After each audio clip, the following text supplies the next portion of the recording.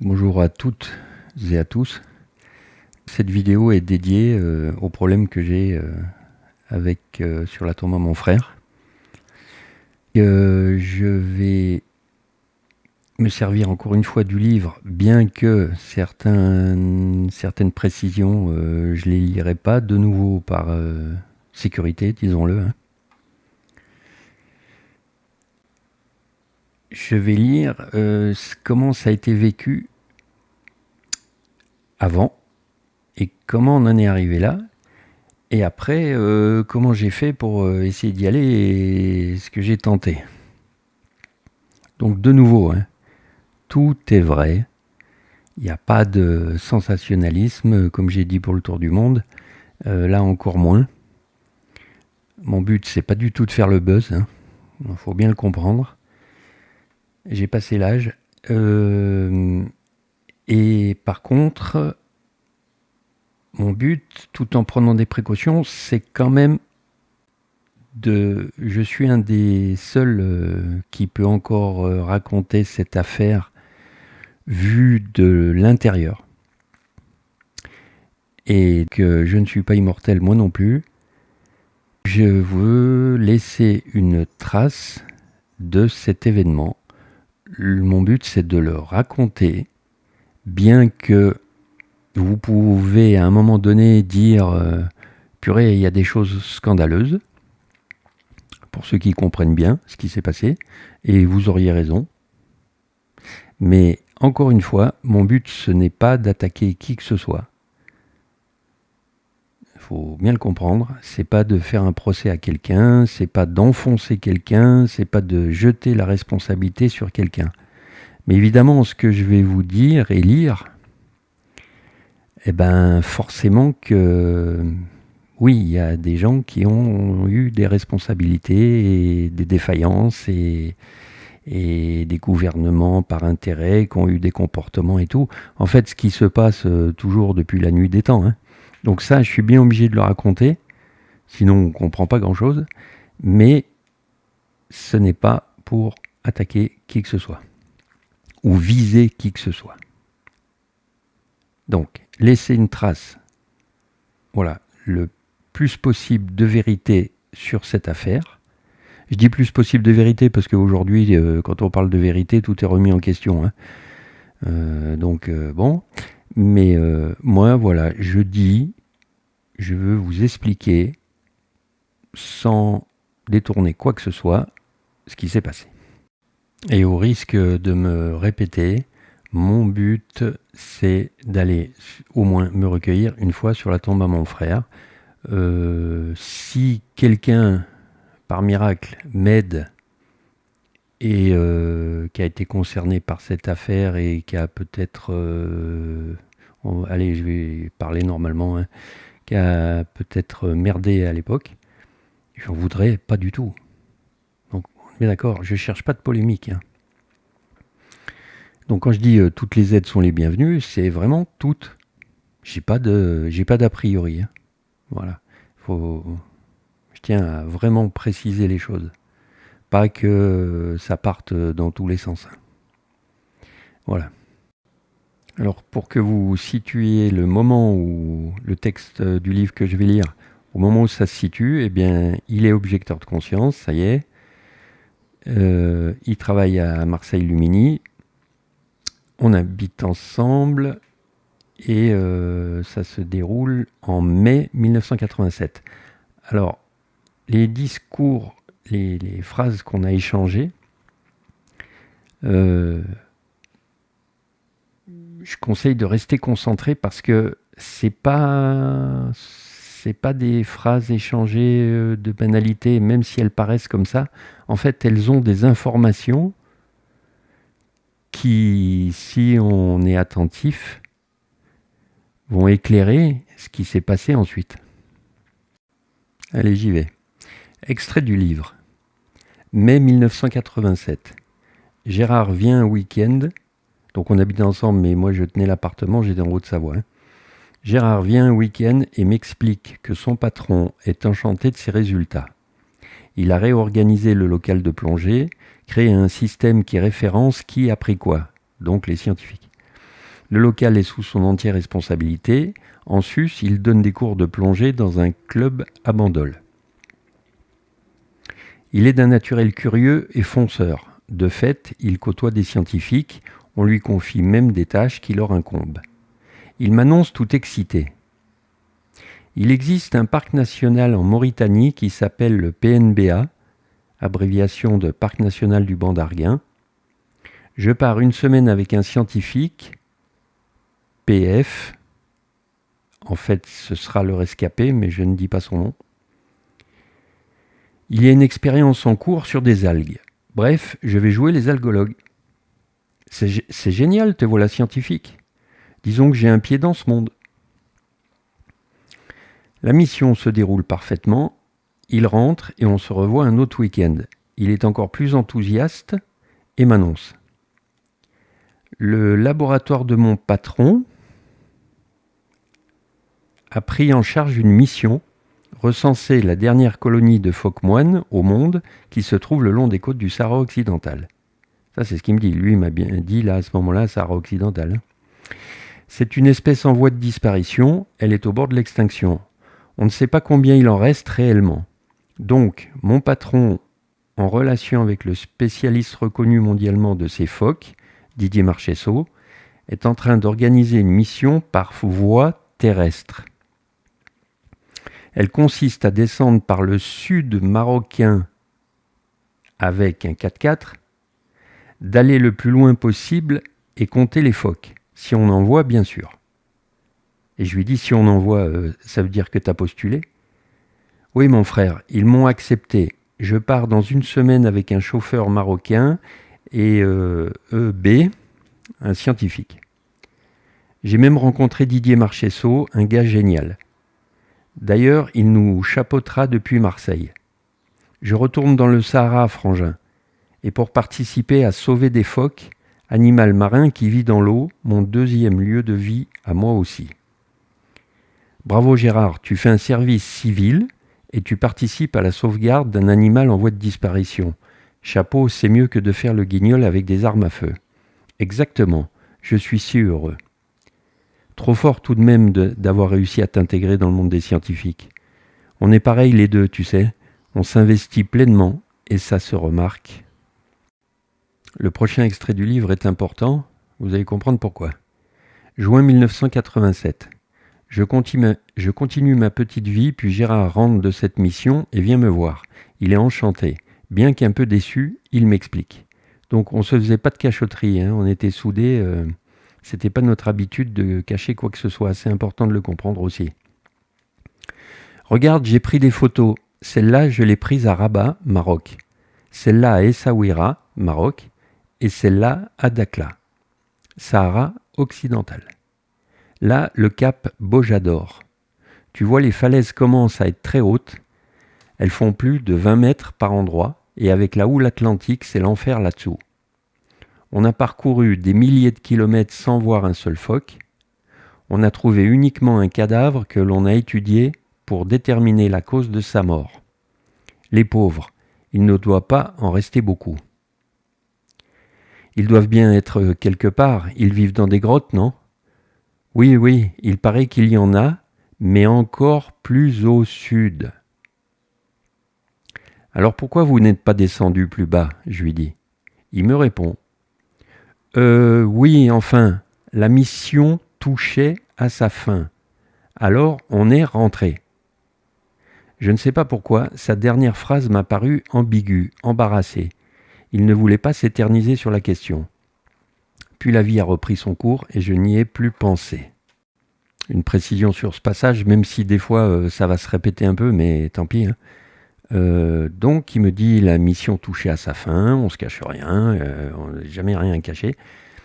Et après, bien après, j'ai appris de sources sûres qu'en fait, c'est les militaires marocains, donc ils abordaient le Sahara occidental, donc depuis le nord, qui leur ont dit, mais vous êtes dingue, non, il n'est pas question que vous descendiez plus au sud, parce que il y a un trop grand danger de mine. C'est pour ça qu'ils ont fait demi-tour. C'est pas du tout parce que la mission touchait à sa fin. Donc quand ça a été dit, rien que là on voit, hein, quand ça a été dit non mais personne ne savait qu'il y avait des mines, bon ben je crois qu'il n'y a pas besoin de commentaires en plus. Le prochain passage que je vais lire, donc il a, que je réfléchisse, il a 23 ans, hein, il est jeune, hein. Alors mettez-vous à sa place, il y a quand même quelque chose qui l'étonne, et moi le connaissant très bien, ça m'a étonné qu'il remarque un truc comme ça, qu'il focalise dessus en fait. Allez, j'y vais. Mi-septembre 1987. Il vient encore une fois me voir. Il est agité, mais excité. Ça va ? Ça va, Alain. Et les phoques, ça en est où ? Justement, je voulais te dire qu'une autre mission a été planifiée. Toujours en 4x4, mais cette fois depuis la Mauritanie. Donc le Sahara occidental, je vous répète. Donc là, ils ont essayé d'y aller par le Maroc, par le haut. Et les dirigeants disent, on va essayer par le bas. Donc, toujours en 4x4, mais cette fois depuis la Mauritanie. On va rejoindre la côte des Phoques, qui se trouve à une vingtaine de kilomètres au nord de Nouadhibou. Et je lui dis, donc tu participes ? Oui, j'en suis. Et là, je lui dis, t'as l'air préoccupé. Il me répond, non, c'est juste que la mission cette fois consiste à prélever un couple, en in fine, hein. Donc les missions in fine, c'est pour prélever un couple et le ramener en Europe. Je lui dis, génial. Et là, c'est là que ça devient étonnant. Il me répond, oui, mais ça demande une intendance et une infrastructure gigantesques. Et ce qui m'étonne, c'est le coût de la mission. Ils veulent affréter un avion Transalp de l'armée française, construire un bassin sur mesure pour l'avion. Bref, ça va coûter très cher. Et lui qui n'est pas scientifique, hein, les scientifiques n'ont pas ce genre de budget. Et il me dit, il faut une bonne raison. Qui évidemment, il ne la saisissait pas cette raison. Mais il avait quand même remarqué qu'il y avait beaucoup d'argent en jeu. Ce sont exactement les mots qu'il m'a prononcés. Alors, et je lui dis, et toi, tu dois t'occuper de quoi ? Je suis responsable de tout ce qui concerne la sécurité des plongées dans les grottes et le matériel pour descendre les falaises. Je lui dis, vous partez quand ? Fin septembre, dans 15 jours.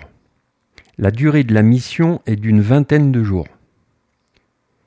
Et je lui dis, comme ton anniversaire est le 29 septembre, on ne se verra pas pour tes 24 ans. Tiens, je te donne ton cadeau maintenant. Alors là, c'est un peu privé le discours, mais tant pis, je le lis. Hein.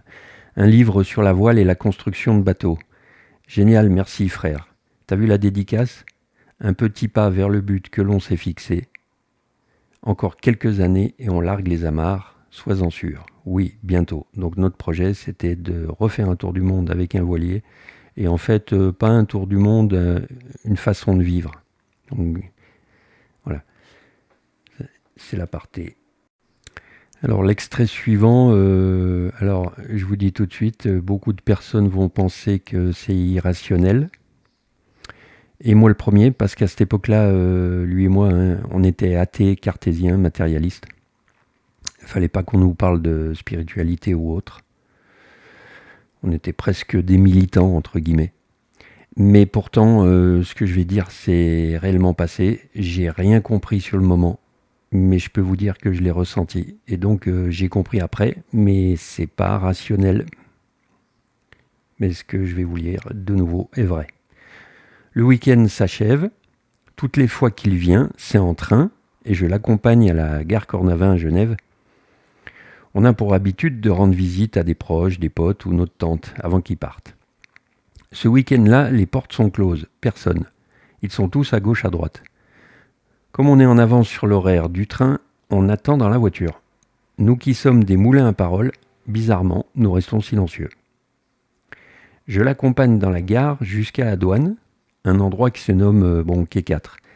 Des dizaines de fois, nous nous sommes dit au revoir ici. Donc à cette époque, lui et moi sommes des matérialistes athées, dans le sens, il n'existe que la matière. Et là, il s'est passé un truc incroyable. On s'embrasse. Donc moi, j'ai 23 moins 4, j'ai 19 ans. On s'embrasse. Je vais pour faire demi-tour. Nos regards se croisent. Il se passe alors un ressenti que je ne peux expliquer avec des mots. Je commence à marcher dos à lui, il y a un monde fou dans la gare. Une onde très forte traverse ma colonne vertébrale. J'ai la chair de poule. Un instinct puissant m'ordonne de faire demi-tour. Mais je ne l'ai pas pensé, je l'ai ressenti, c'est tout. Et de revenir vers lui. Mais je n'ai aucune idée du pourquoi. J'arrête de marcher et avant de me retourner, mon regard se pose sur la foule. Et je pense que mon cerveau a dit « c'est bon, c'est quoi ces conneries ?» Et comme un automate, je m'en vais sans un regard en arrière. Eh bien, ça, c'est la dernière fois que je l'ai vu et c'est la dernière fois qu'on s'est regardé. L'extrait suivant, c'est quand on me l'a annoncé et qui me l'a annoncé. Alors c'était mon demi-frère qui est décédé lui aussi. Bon bref. Mon demi-frère qui se prénommait Michel. Donc j'y vais.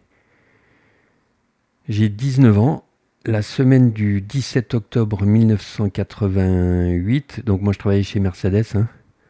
Mercedes m'envoie à Waldheim en Allemagne pour une qualification sur bus au 305. Bon bref, il me prête une voiture BMW, je loge à l'hôtel pour 4 jours.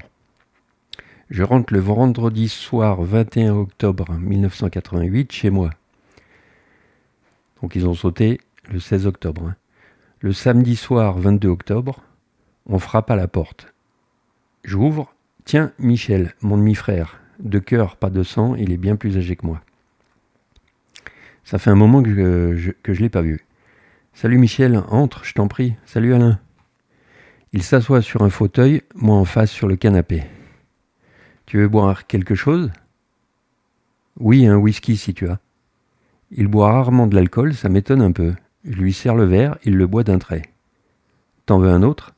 Volontiers. Il le vide aussi vite que le premier. Alain, j'ai une mauvaise nouvelle. Ton frère a eu un accident. Il est blessé, il est où ? À l'hôpital, il faut que je parte immédiatement. Je m'imagine divers scénarios. Un rocher lui est tombé dessus, il est tombé d'une falaise, un accident de plongée peut-être, de décompression. Michel s'assoit à côté de moi, il est mort. Non, pas ça, c'est pas possible. Il n'y a pas que lui, il y a 4 morts et un rescapé. Mais un rescapé de quoi, bordel ? Ils ne sont pas tous tombés d'une falaise ? Le 4x4 a sauté sur une mine anti-char. La folie me guette, je suis abasourdi. Mon cerveau n'arrive pas à faire le lien entre sauver des phoques et sauter sur une mine. Je lui dis, mais il est antimilitariste, contre les guerres et ces saloperies d'armes. Je sais, c'est horrible. Ils sont là-bas pour sauver des animaux en plein désert. Toujours, je connaissais pas la situation. Moi, il était dans le désert. Donc, en plein désert, il n'y a personne là-bas à part eux. Comment veux-tu qu'ils sautent sur une mine ? Il me répond, personne n'y comprend rien. Quand ça a eu lieu ? Le 16 octobre vers 18h. Ils venaient tous de se baigner a priori. Donc moi, quand il m'a dit qu'il venait de se baigner, je vous fais pas de dessin, il est plongeur, de se baigner, arrête, je me sens pas bien.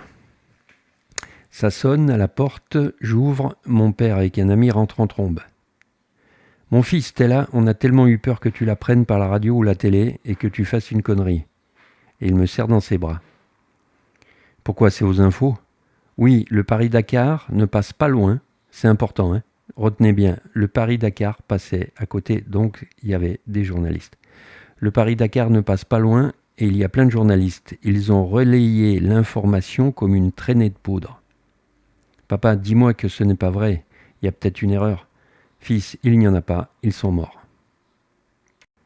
Petite précision, donc ça a fait la une des journaux directs, plusieurs, dont Le Monde et tout.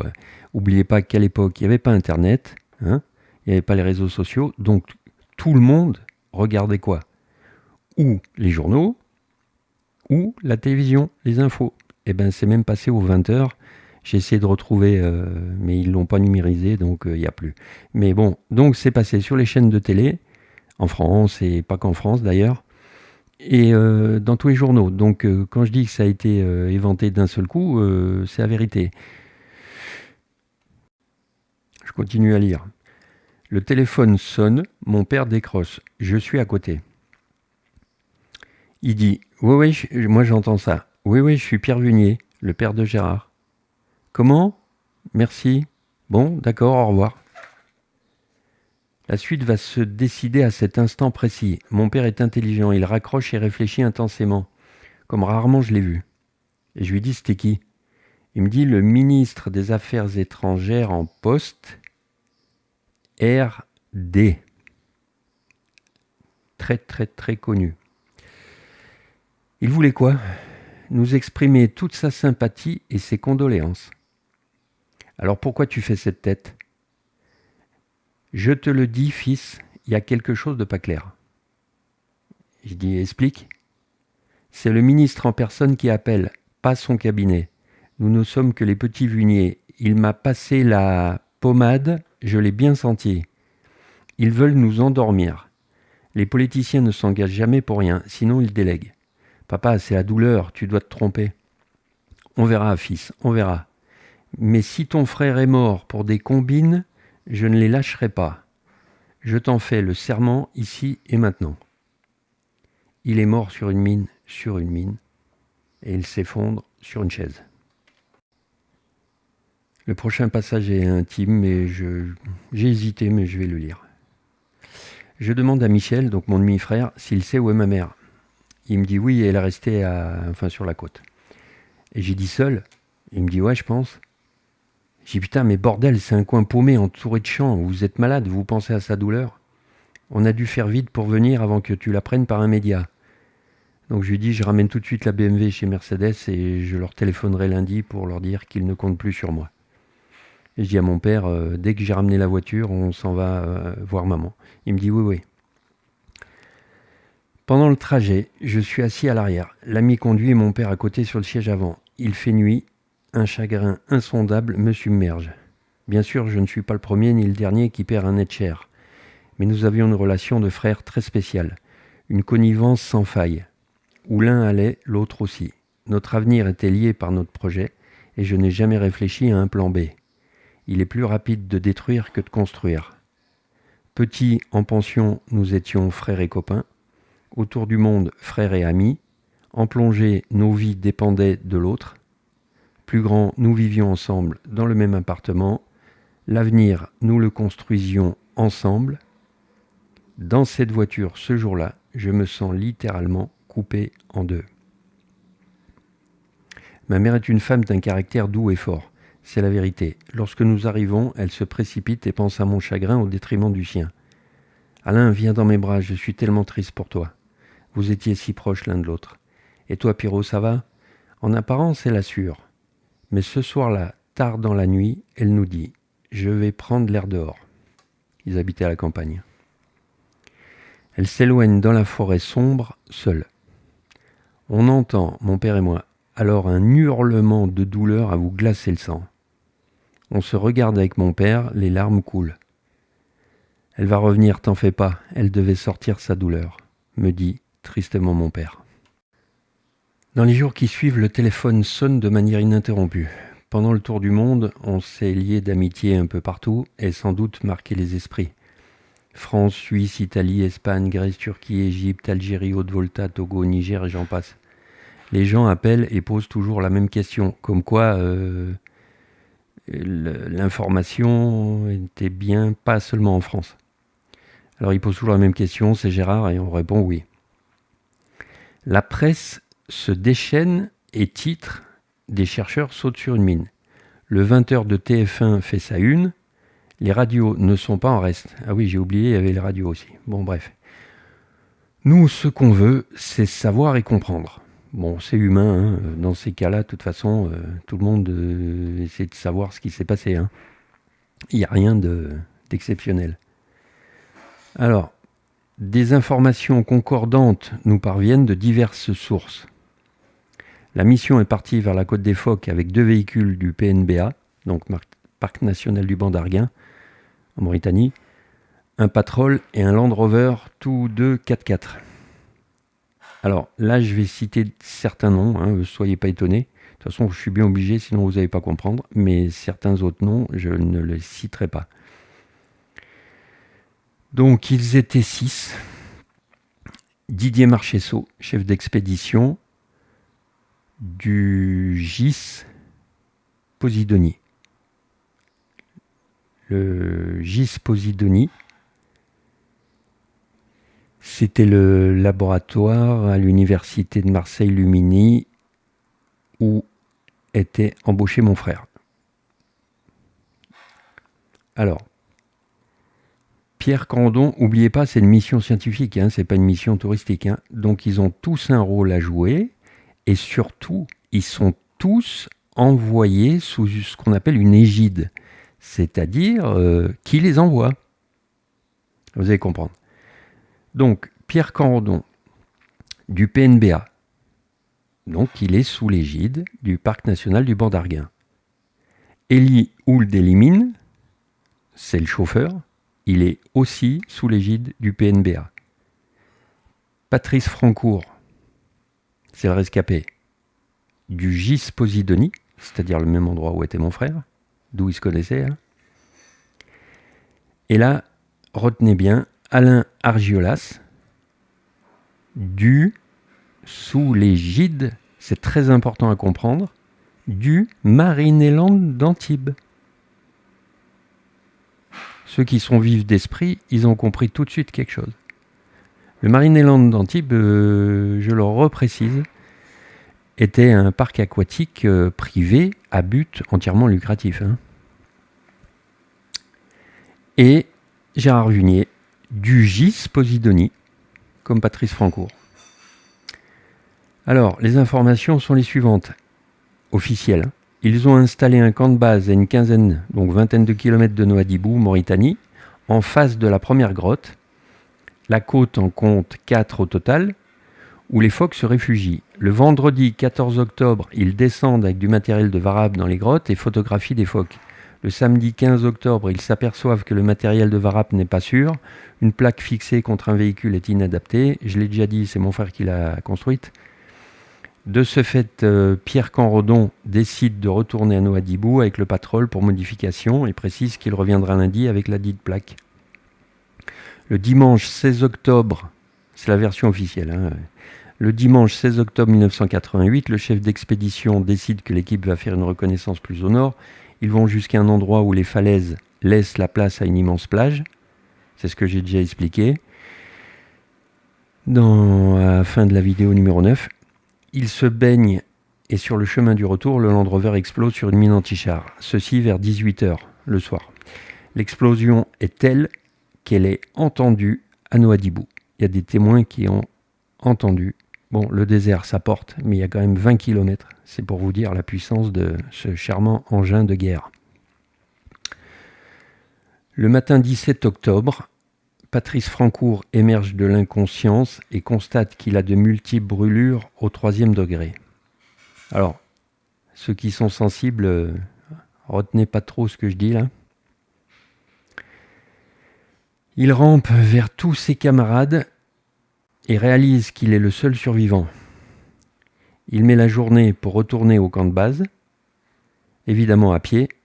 Enfin, c'est même pas à pied, c'est en se traînant dans le désert.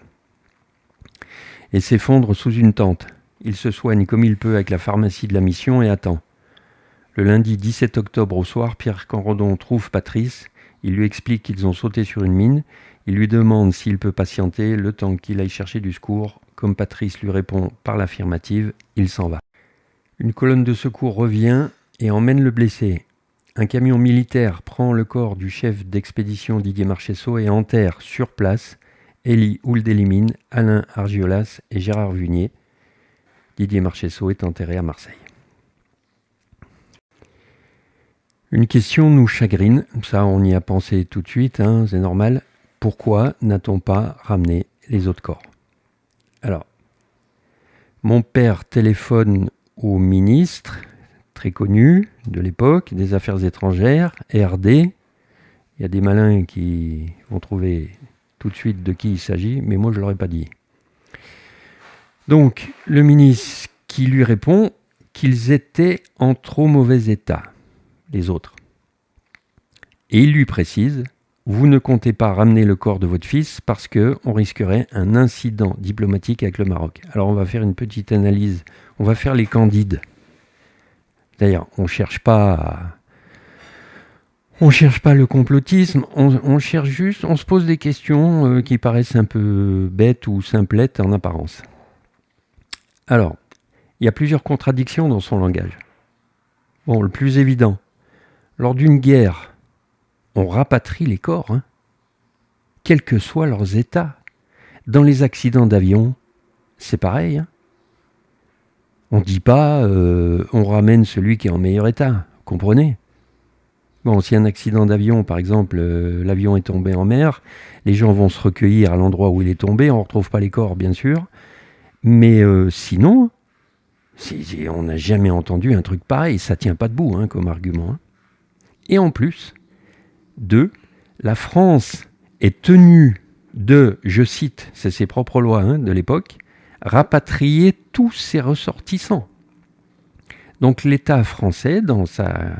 Alors, c'est peut-être pas la Constitution, mais c'est pour faire court. Ils ont une obligation de rapatrier tous les ressortissants français qui sont morts à l'étranger. Voilà. Et sans préciser qu'il faut qu'ils soient en bon état. Et puis, entre nous, ça veut dire quoi en bon état ? La notion même est floue. Alors, troisième point. Lorsqu'il dit « vous ne comptez pas rapatrier le corps », sous-entendu, c'est votre droit.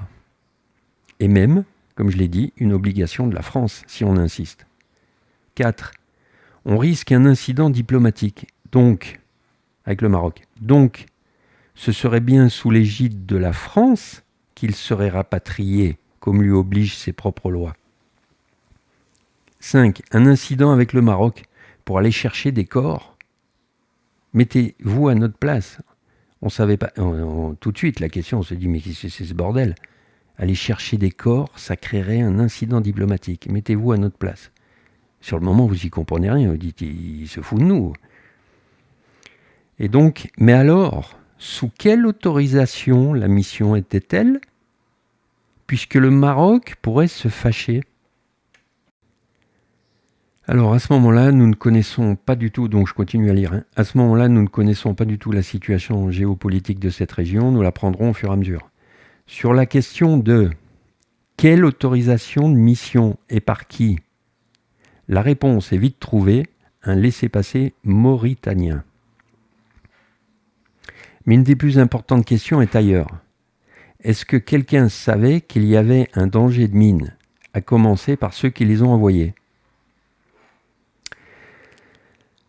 Un rendez-vous est pris avec le patron de mon frère. Évidemment, je ne dirai pas son nom. Et de toute façon, j'ai rien contre lui. Si jamais il entend ça, parce qu'il est vivant, je n'ai rien contre toi. Donc, un rendez-vous est pris avec le patron de mon frère.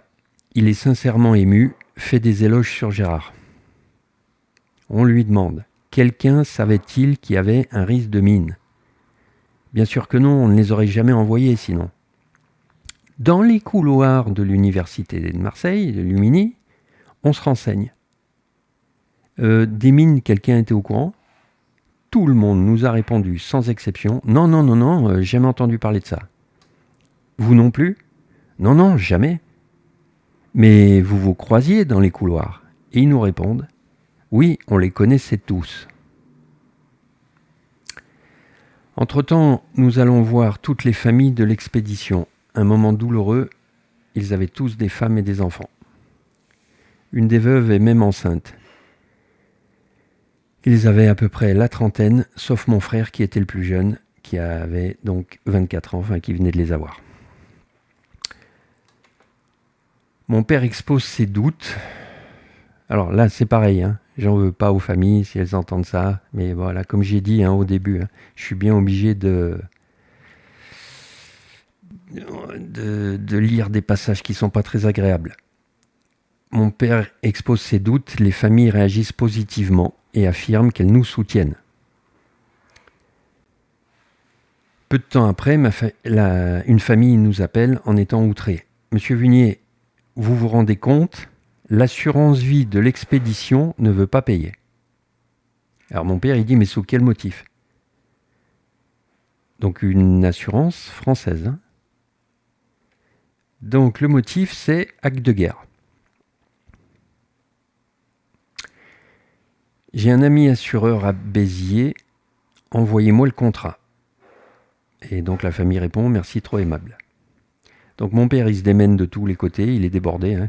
Il appelle son ami qui est donc assureur, qui lui dit de lui envoyer le contrat. 2 jours plus tard, la réponse tombe. Et il lui a répondu, j'étais présent, hein. Tu vois Pierre, moi en tant qu'assureur, avec un contrat comme ça dans la main, je paye.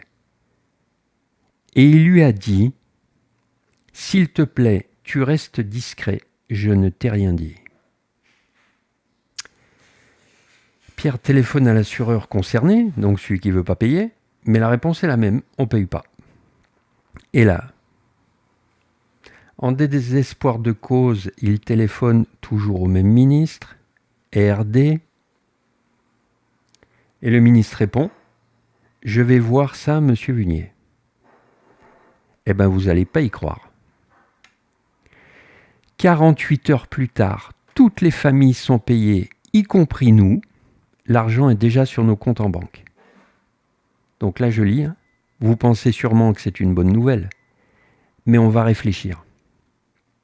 Quel est ce pays, je parle de la France, où un assureur dit que le contrat doit être honoré, pourtant l'autre assurance sciemment, illégalement, oserais-je dire, maintient que non. Et il suffit d'un coup de fil d'un ministre pour que le miracle s'accomplisse. Une démocratie de copinage et d'intérêt peut-être.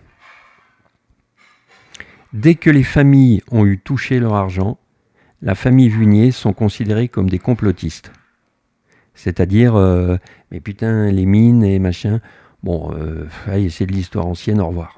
Je suis désolé, hein, mais pour eux, mais voilà, c'est la vérité. Donc les portes se referment. Le message qu'ils nous font ressentir, vous déraillez, c'est de l'histoire ancienne, au revoir. Donc on va continuer à se battre tout seul. Bon, le prochain passage, c'est le plus dur à lire pour moi. J'ai dû m'y reprendre à 3 fois, mais je vais y arriver. Donc, le rescapé à ce moment-là, hein, donc Patrice Fancourt.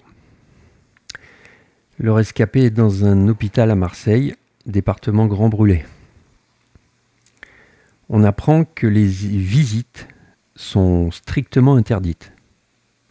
Il y a même un policier en bas qui surveille que la directive de qui, on n'en sait rien, mystère, est respectée.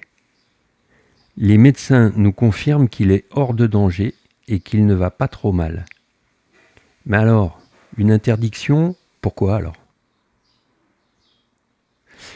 Heureusement, sa femme, qui est la seule à pouvoir l'approcher, a de la compassion pour nous et accepte que nous le rencontrions une demi-heure. Encore un moment douloureux. Il est dans un lit. Il n'a pas de marque sur le visage. Effectivement, il est en forme physique, mais pas le moral, quoi. Hein. Bon, faut se mettre à sa place. Alors voilà ce qu'il m'a dit. Oubliez pas, j'étais présent. Hein. C'est pas un truc qu'on m'a raconté. Hein. D'accord ? Tu sais, Alain, j'avais déjà fait une mission avec ton frère. Oui, je sais, il m'avait même montré des photos. Regarde dans le placard, j'ai quelque chose pour toi. J'ouvre le placard, il est presque vide. Il y a seulement une montre de plongée posée sur une étagère. Je la prends délicatement et je la reconnais tout de suite. Sa montre. À travers la buée de mes larmes, je distingue la trotteuse qui égrène les secondes. Je comprends immédiatement. Je sais qu'il ne l'enlevait jamais. Et il me dit, je l'ai enlevée de son bras, je suis désolé. Elle fonctionne toujours. Oui, c'est le seul objet qui n'a pas été détruit. Et je lui réponds, elle est étanche à 200 mètres, elle est indestructible. J'ai les mains qui tremblotent comme un petit vieux. Au passage,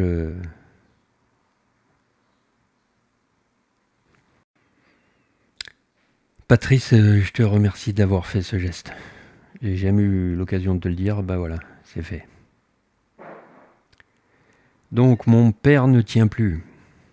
Il lui dit, Patrice, dis-moi si vous saviez qu'il y avait des mines. Il tourne la tête, mal à l'aise, et répond, non. Sa femme rentre dans la chambre, le temps est écoulé, nous partons. Mon père continue ses téléphones. Alors pour que vous compreniez bien quand je dis ses téléphones, donc à tel point que France Télécom nous ont appelés affolés, votre facture s'élève à 20 000 francs de 88. Il a répondu, laissez brancher, c'est normal, je vous paierai, ne vous inquiétez pas. Donc ensuite, on a fait une réunion entre nous. Hein. Mon père attaque. Bon, leur histoire d'incident diplomatique, ce n'est pas notre problème. La question est, on ramène son corps près de nous ou pas ? On n'a même pas pu lui porter une fleur, pas d'enterrement, rien, que dalle. C'est moi qui l'ai poussé à être antimilitariste, bordel, c'est ma faute. Personne autour de cette table n'est fautif, que ce soit bien clair, affirme ma mère. Et moi je réponds, je ne sais pas pour vous, mais il y a un fait indéniable. Il aimait la mer et le désert, on va le mettre où ? Dans un cimetière lambda ? Tu as raison Alain, il vaut peut-être mieux le laisser près des phoques.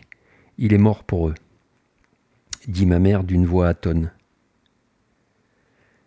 J'ai un souhait à formuler, d'accord pour le laisser là-bas, à une condition non négociable, je veux aller sur place lui rendre hommage. Et mon père me répond, fils, ça ne va pas être facile, mais je te fais le serment qu'on va y aller, avec ou sans leur accord. Qu'ils aillent au diable avec leur magouille. Donc, mon père se déchaîne, il s'épuise, ne dort presque pas. Quelquefois, je me lève à 4 heures du matin, il est planté devant son téléphone, des papiers l'entourent de partout. Un matin, sa stratégie est prête. Bon, je vous explique. Comme des touristes normaux, je nous ai demandé des visas pour la Mauritanie que j'ai obtenus. J'ai réservé les billets d'avion que j'ai ici.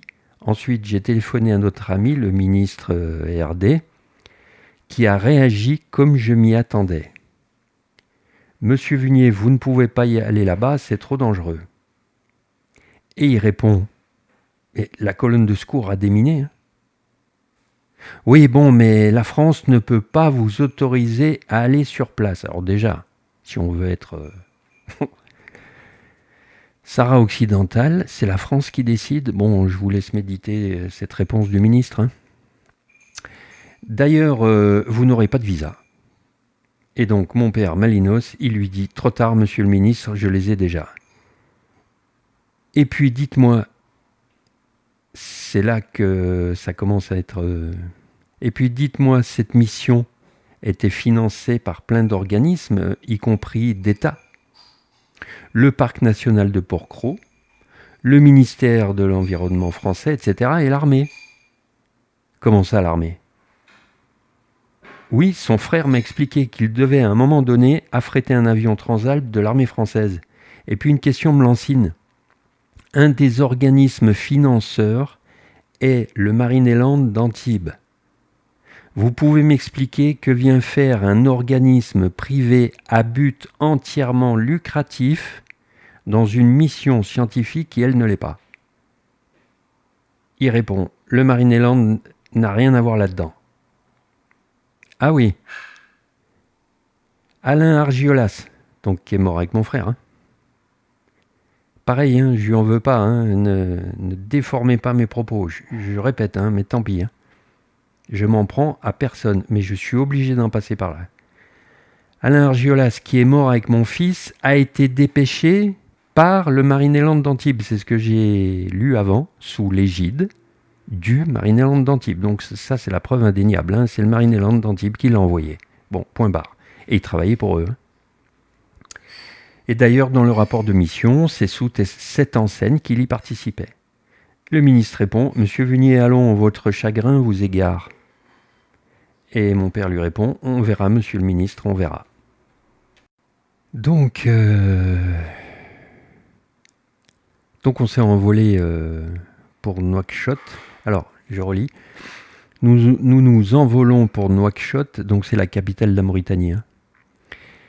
Alors, encore quelque chose de quand même assez étonnant. Donc le ministre, on avait les visas, il s'y est pas plus opposé, donc bon, finalement peut-être c'est nous qui déraillons. Mais dès la descente d'avion, le consul de France ne nous lâche pas d'une semelle. Très gentil, enchanté de faire votre connaissance. Merci, dites, comment vous saviez que nous arrivions maintenant ? Et il nous a répondu, hein, sans problème. Oh, on m'a chargé de vous accueillir. Bon. Durant les 2 jours qu'on est resté à Nouakchott, il nous suit partout. Alors, nous on veut bien, il veut nous accueillir, c'est sympa, hein, mais il nous lâche pas d'une semelle. Hein. Bon, pareil, hein, vous en pensez ce que vous en voulez. Enfin, nous décollons pour un vol interne pour Nouadhibou. Donc c'est la 2e ville du pays, hein, et pourtant la pauvreté est partout. Hein. Un bidonville, la ceinture. Et là, c'est là qu'on va commencer à avoir des informations, comme je dis, depuis l'intérieur et non pas des informations de l'extérieur édulcorées. Donc on s'est rendu, alors là il n'était plus le consul, hein, puisqu'il nous a... Donc lui il était à Nouakchott et là je parle de Nouadhibou, d'accord ? Il n'y a plus personne qui nous surveille, si j'ose dire. On se rend dans la famille de Eli Ould Elimine, c'est-à-dire le chauffeur de l'expédition, qui lui aussi est enterré sur place. Et nous, on y est allé pour présenter nos condoléances à la famille et faire un don à la famille. Parce que, bon, ils sont pauvres. Eh bien, ils parlent tous français. Hein. C'est un pays qui avait été colonisé par la France. Donc, voilà. On n'a pas besoin de traducteur. Hein. Et la maman est dans une pièce seule, en noir, et porte le deuil. Donc, voilà. Et alors, normalement, elle doit voir personne dans leur coutume. Tant qu'elle porte le deuil, elle doit être seule dans une pièce sans voir personne. Et elle est sortie de la pièce. Elle nous a aussi serré la main et elle est repartie dans sa pièce. Incroyable. Bon, donc on est assis dans le salon, une pièce vide de meubles et de tout autre signe de richesse. Mais quelqu'un qui est pauvre, ça ne veut pas dire qu'il est stupide. Donc la discussion tourne autour d'Eli, ce qui est normal. Et alors voilà ce qu'on nous dit. C'est bizarre qu'il se soit fait surprendre. Vous savez, il connaissait bien la région. Il était très prudent. Et nous, on dit prudent, vous voulez dire pas s'ensabler ou pas tomber en panne dans le désert. Et là, ouais, c'est ça. Mais nous, on vous parle d'être prudent à cause des mines. On se regarde les trois d'un air effaré. Mais pourquoi ? Ils savaient qu'il y en avait. Mais tout le monde le sait ici. Vous savez, ce n'est pas la première fois que ça arrive. Hein. Il y en a eu d'autres. Mais pourquoi il y aurait des mines dans le coin ? Vous n'êtes pas au courant ? En dit non, expliquez-nous. Au nord de Nouadhibou, il y a des murs de sable et des champs de mines un peu partout dans le coin. Parce que le Maroc a annexé, entre guillemets, illégalement, le territoire du Sahara occidental. La Mauritanie s'est protégée du Maroc en construisant aussi des murs de sable. Entre les deux, il y a un no man's land, plus ce qu'on appelle les Sahraouis. Les Sahraouis, en fait, c'est les autochtones qui étaient dans ce, entre guillemets, pays. Le Sahara occidental, qui y habitait en premier, c'est les Sahraouis. Mais les Sahraouis, aujourd'hui, sont pris par certains, osons le mot, terreaux. Pas sûr. C'est simplement des autochtones qui voudraient bien rentrer chez eux. et qui pour l'instant sont dans des camps en Algérie. Bon bref, là je ne vais pas dire ça tout de suite. Mais enfin, donc il y a les Marocains, les Sahraouis, les Mauritaniens. Donc la famille continue, nous dit la Mauritanie s'est protégée du Maroc en construisant aussi des murs de sable. Entre les deux, il y a un no man's land. J'ai bien peur que la côte des phoques soit dedans. C'est pour ça qu'Élie était prudent. Bon, alors là, on est horrifiés. Donc moi je vous l'ai déjà dit un peu, la situation, mais mettez-vous à notre place. On ne la connaissait pas, ni de près, ni de loin. Donc là, ça nous a fait un sacré choc. Donc on réalise qu'ils étaient dans un endroit dangereux et en fait un territoire en guerre. Alors on demande à la famille, mais quand vous dites qu'Élie était prudent, comment il faisait ? Alors, réponse, déjà, il évitait des zones sensibles. Et puis, lorsqu'il se déplaçait d'un point A à un point B, au retour, il roulait toujours dans ses traces pour diminuer les risques. D'après nos informations, ils ont sauté sur le chemin du retour. N'oubliez pas qu'on n'est pas allé par avion pour voir de nos yeux si ça c'était vrai. La famille nous le dit avant. Ok, donc ils ont sauté sur le chemin du retour. Ouais, c'est exact, après s'être baigné. Alors la famille dit, justement, on ne comprend pas pourquoi. S'ils avaient sauté à l'aller, d'accord, mais au retour. Alors on lui dit, mais il n'a peut-être pas roulé ce jour-là dans ses traces, pensant que la zone était sûre. Et ils nous répondent, ouais, c'est possible, mais nous, on le connaît, notre Élie, et ça nous étonnerait qu'il ait pris ce risque. Donc qu'il ait été laxiste. Alors mon père, toujours malin, leur demande, vous avez dit qu'il y avait eu d'autres accidents, entre guillemets. Comment on peut le prouver ? Et la réponse a été simple mais efficace. Allez aux archives du journal local. Vous savez, on est pauvre mais méticuleux. Donc on part de chez eux. Effectivement, nous trouvons les archives. Et on voit, il y a bien eu des antécédents. On fait le tour des guides, entre guillemets. Donc des guides du désert, on les appelle un peu comme ça.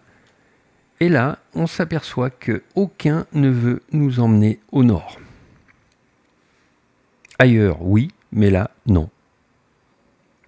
Au port de pêche, nous proposons une somme d'argent conséquente à un pêcheur.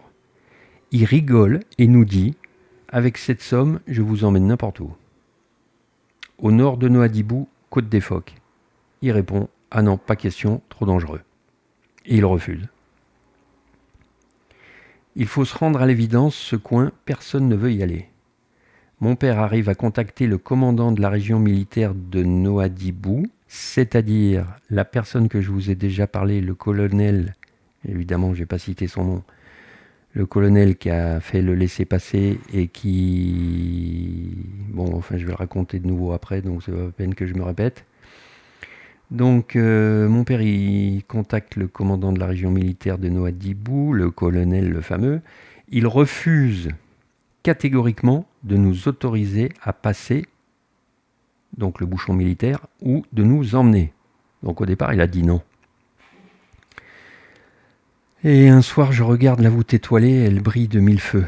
Aucune pollution lumineuse, rien que cette beauté majestueuse. Mon père se couche sur le dos et croise les bras. Il me dit, c'est magnifique, hein. Alors, moi, je lui dis, c'est magnifique. Il me répond, oui, fils. Et je lui dis, si près de Gérard, je ne peux même pas l'approcher. On était à 20 km, hein. Ça paraît rien. Hein. Et je lui dis, je suis tellement triste, père. Là, c'est pareil, hein, vous n'allez pas y croire, mais de nouveau, c'est vrai. Hein. Il s'est levé d'un bond, les yeux pleins de larmes. Il a levé un doigt vers le ciel. Et il m'a dit, je te l'ai promis, fils, je vais t'emmener près de ton frère. Et j'ai dit, mais tu sais que c'est impossible. Et il me dit, je vais de ce pas chez le colonel. Je sais où il habite. C'est le soir, je m'en fous. Je tape à sa porte et je vais lui parler de père à père. avant que je réplique, il a disparu. Les heures passent, pas de Pierrot. Avec ma mère, on se fait un sang d'encre. Et s'ils se sont battus, il est colonel dans l'armée et mon père antimilitariste, ça a dû mal finir. Ma mère me répond, calme-toi fils, on n'en sait rien. Bien qu'il soit déjà minuit, mais qu'est-ce qu'il fout ? Mon père arrive, calme, avec, entre guillemets, un petit sourire aux lèvres. On lui dit, raconte. Voilà ce qu'il nous dit. On a discuté longuement. Je lui ai dit qu'il avait de beaux enfants. Il devait en avoir 4 ou 5, je crois. Et ben voilà, il en a 5. Puis je lui ai dit, colonel, vu que vous n'avez en cet instant pas votre uniforme, je vais vous parler d'homme à homme et de père à père. Si c'était ton gosse en charpie qui était à 15 km de chez toi, tu accepterais que qui que ce soit t'empêche d'aller sur sa tombe ? Tu es musulman ? Imagine, tu l'enterres pas, tu ne te recueilles pas, tu ne peux pas faire une prière pour lui. Un inconnu qui a le pouvoir de dire oui te dit non, tu frappes à sa porte et tu es assis en face de lui. Tu serais en colère ? Eh bien maintenant, tu sais qui est en face de toi à cet instant. Putain, on lui a dit, c'est pas possible, il t'a acheté d'or. Non. Après un temps de silence, il m'a dit ceci. Si vous trouvez un avion privé qui veut vous emmener là-bas, je donnerai mon autorisation. Alors il dit, bon, c'est par avion, c'est pas par terre. Et j'ai pas pu faire mieux. Tiens, je lui dis, papa, t'as un sacré culot. Hein. Merci, merci. Et il me dit, ne te réjouis pas trop vite, on n'a pas l'avion, et vu le coin paumé, c'est pas gagné. Donc, à l'aube, nous sommes devant la tour de contrôle. On demande, y a-t-il un aérodrome privé ? Oui, un peu plus loin, vous voyez là-bas. On voit un avion bimoteur à hélice, blanc et vert, flambant neuf, qui repose sur le tarmac. 2 personnes tournent autour. Bonjour, bonjour. Il est à louer cet avion ? Oui, mais je vous préviens, c'est pas donné. Hein. Vous êtes les pilotes ? Oui. Nous sommes une des familles de la Land Rover qui a sauté sur une mine. Ah oui, on est au courant. Quel drame atroce. Nos condoléances. Merci.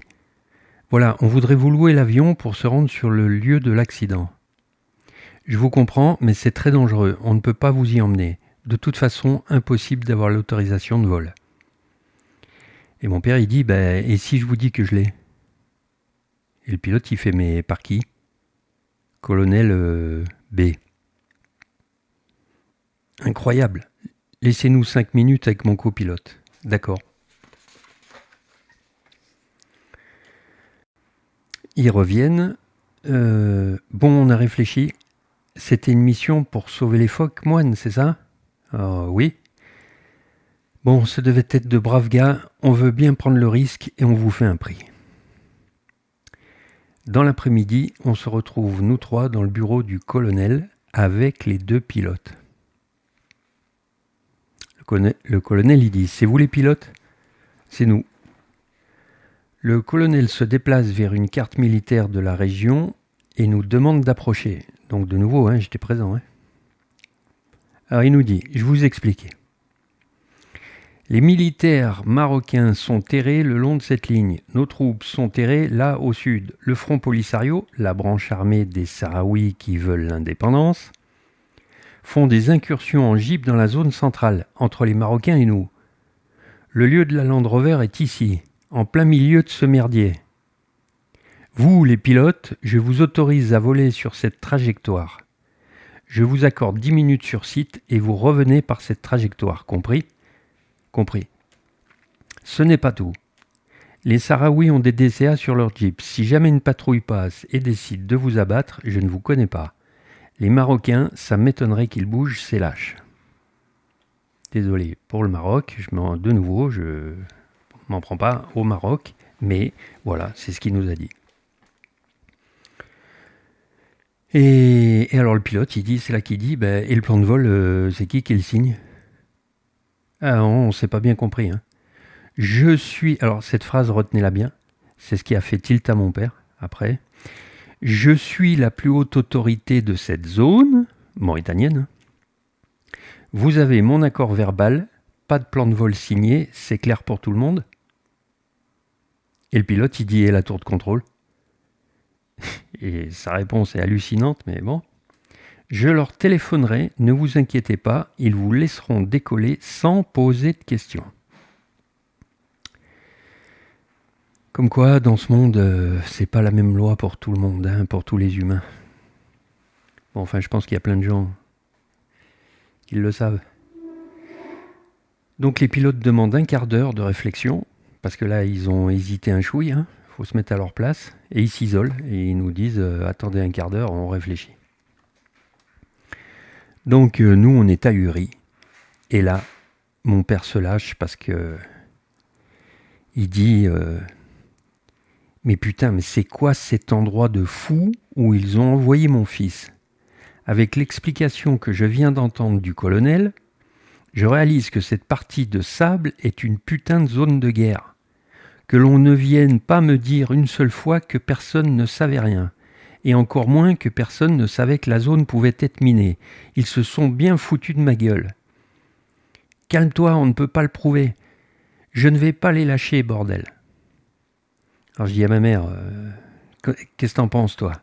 Avec les risques qu'il y a, on monte dans cet avion, si les pilotes sont d'accord ou pas? Elle me répond, fils, je n'oblige personne, mais à cet instant, je suis comme ton père, j'ai la moutarde qui me monte au nez. Je me fous des risques, moi je monte dans cet avion et je vais voir mon fils. Et mon père il répond, et moi j'accompagne ta mère, je monterai dedans l'avion, point barre. Et moi j'ai dit, bon ben toi père, tu t'es donné tant de mal pour nous laisser une chance d'y aller. On est à 15 km de lui depuis des jours. C'est le moment que les quatre on soit de nouveau réunis, même pour 10 minutes. Et si on doit mourir, qu'il en soit ainsi. Donc les pilotes sont revenus, et à leur tête, on voit bien qu'ils sont indécis. Hein. Et alors, ils nous posent la question. Et vous, vous avez réfléchi? Donc ma mère a pris la parole et leur a dit, c'est notre fils et son frère qui est là-bas. Il n'a pas eu d'enterrement normal, pas de fleurs, pas d'attention, rien. Vous comprenez? On est prêts les trois à prendre le risque, mais vous, ce n'est pas pareil. Ce n'est pas un membre de votre famille. Mais je vous le demande, amenez-nous là-bas. Ok, dans 2 heures, à l'aérodrome. Alors, branle-bas de combat, l'instinct de photographe des parents prend le dessus. Ça nous fait oublier notre chagrin un moment. Pierrot, t'as monté le téléobjectif sur le Mamiya? Donc, oubliez pas, ils étaient photographes. Hein. Oui, et toi, t'as vérifié le réglage manuel de la Zellblad? Ouais, qu'est-ce que t'en penses? Je règle l'ouverture au 200 millième? Non, le pilote dit que l'avion ne peut guère descendre en dessous de 200 km/h. Règle au 400 millième, sinon ça risque d'être flou. On monte quelques pellicules des 400 ISO? Non, il y a trop de lumière, monte plutôt des 100. Alain, tu t'occupes de la vidéo et pense bien à compenser les mouvements de l'avion. Ok. Je l'ai, hein, le bout de film, je ne sais pas si je vais le mettre, mais je l'ai. Comme de nos jours, je ne veux pas être négatif gratuitement, mais tout ce qu'on dit, tout ce qui est dit, il faut toujours tout prouver parce que plus personne sait reconnaître une vraie information d'une fausse. Donc c'est compliqué. Donc je continue. Donc l'avion a pris son envol. Hein. On a longé l'océan. Le désert est roi, il est plat comme la main de couleur fauve. Elle est là. Seule et debout, l'arrière est déchiqueté, des débris informes l'entourent comme un linceul, des centaines de traces de pas entourent des petits monticules de pierre, les tombes. L'avion est déjà loin, il vire sur l'aile et repasse, mais à la hauteur où il vole, et vu sa vitesse, on ne perçoit pas grand-chose. Mes parents prennent des photos comme ils peuvent, moi je filme tout ce que je peux. On demande au pilote de faire un passage bas à vitesse réduite.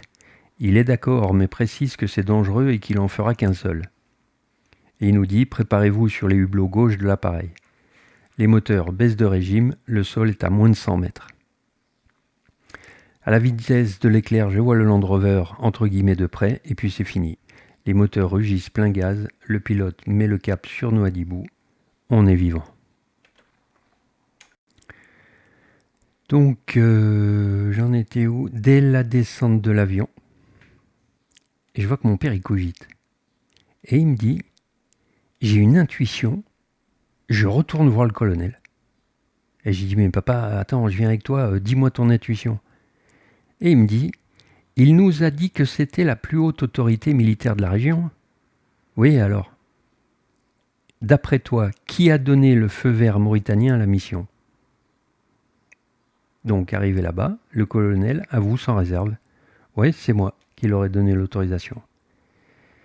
Alors, mon père lui dit, mais vous ne leur avez pas donné de directive particulière? De nouveau, hein, vous le savez déjà, mais il faut vraiment que vous perdiez pas de vue que là, nous, c'est ce qu'on a vécu dans l'ordre. Alors il dit, si, je leur ai donné des directives particulières, approchez vers la carte, une carte militaire. Hein. Vous voyez cette immense dune qui est dirigée à peu près nord-sud? Oui. Elle s'appelle la dune blanche. Elle se trouve au nord de la dernière grotte des phoques, donc la 4e. Je leur ai dit de ne pas la dépasser, trop dangereux. À cause des mines? Oui, tout à fait. La plage où ils se sont baignés, elle est au nord de la dune. Et il répond, ouais, ils n'ont pas respecté mes dires. D'accord, colonel. Mais ils ont sauté ici et c'est au sud de la dune. Et il répond, sans... Moi j'étais là, hein, nouveau, sans réserve, sans... Il mentait pas, quoi, je veux dire. Ouais, c'est vrai, c'est incompréhensible, ils n'ont pas eu de chance. Donc on lui dit, est-ce que vous seriez d'accord de témoigner? Et là, pareil, très... Comment dire? Simplement et sincèrement, il nous dit, vous m'en demandez trop, je vous ai déjà fait une fleur, maintenant partez.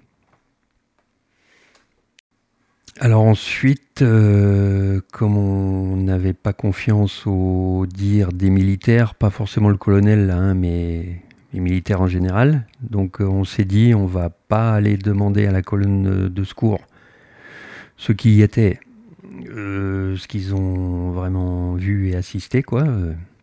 On s'est dit on va prendre quelqu'un de neutre.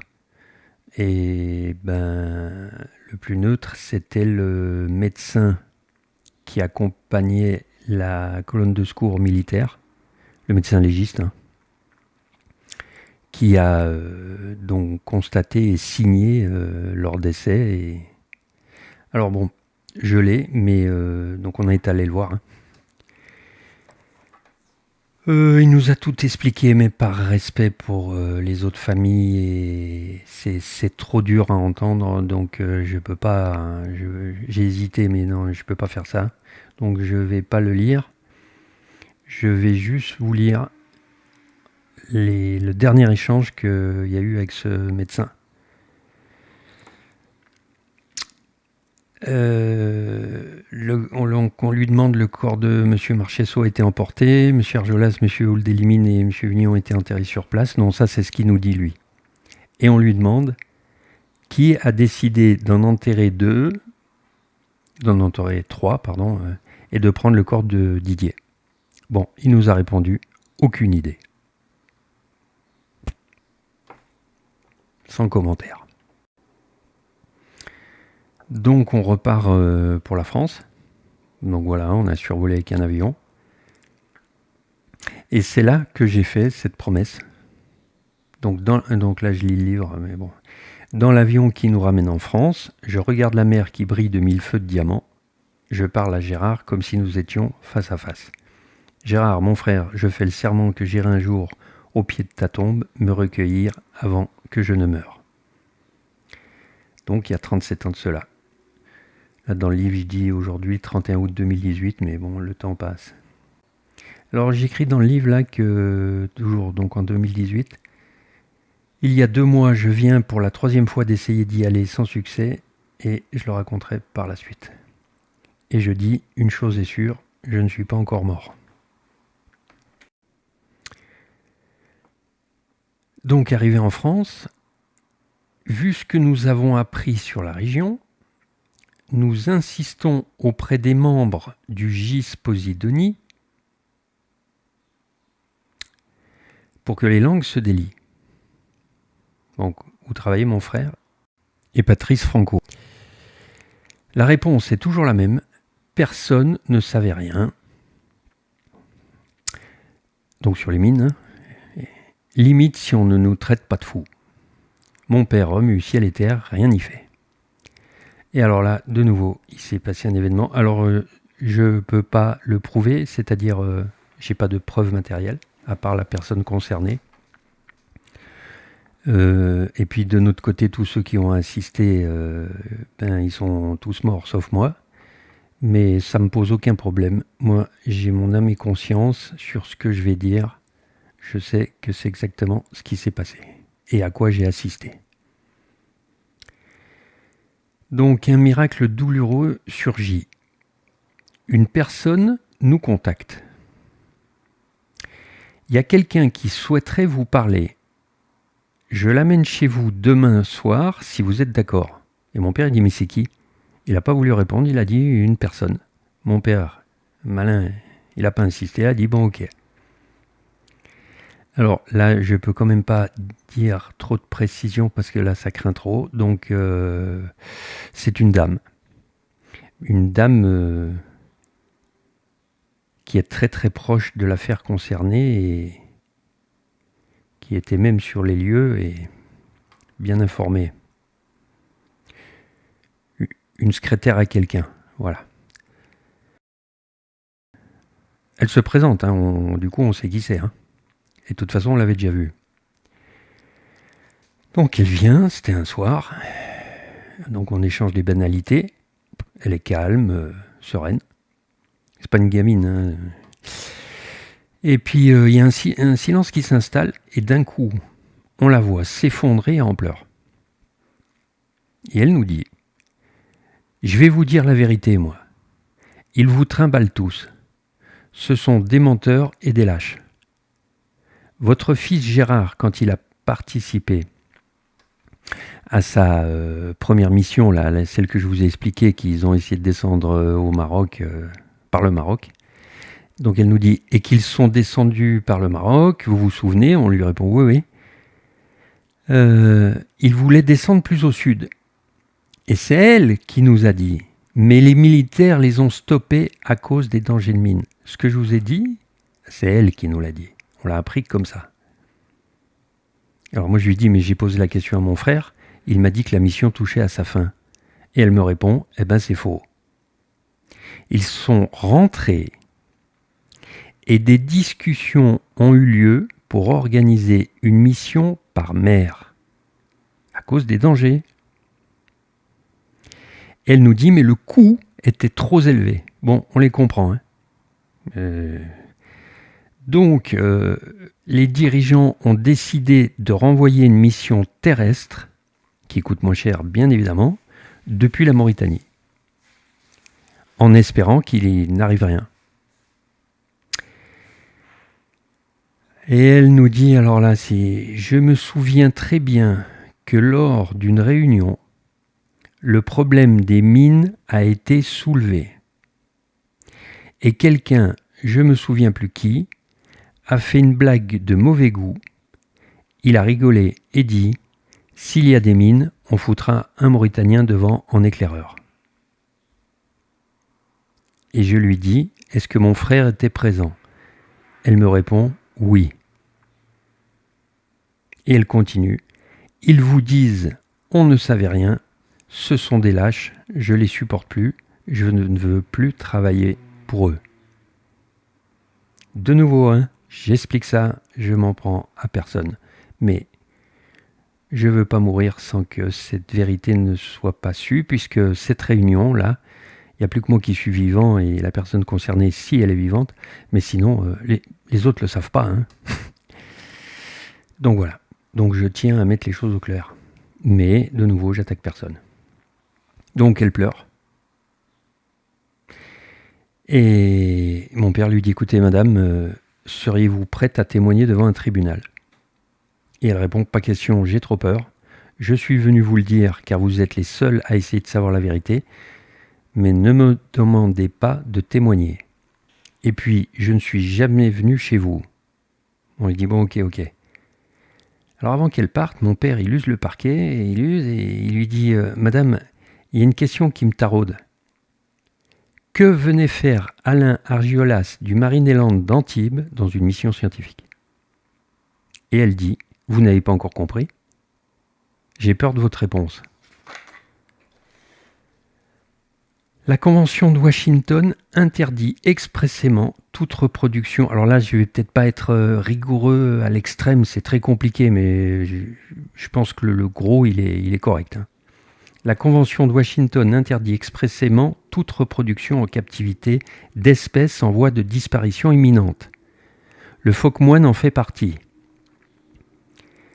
On organise une mission scientifique, c'est sous son égide qu'elle ramène un couple de phoques, s'ils y arrivent.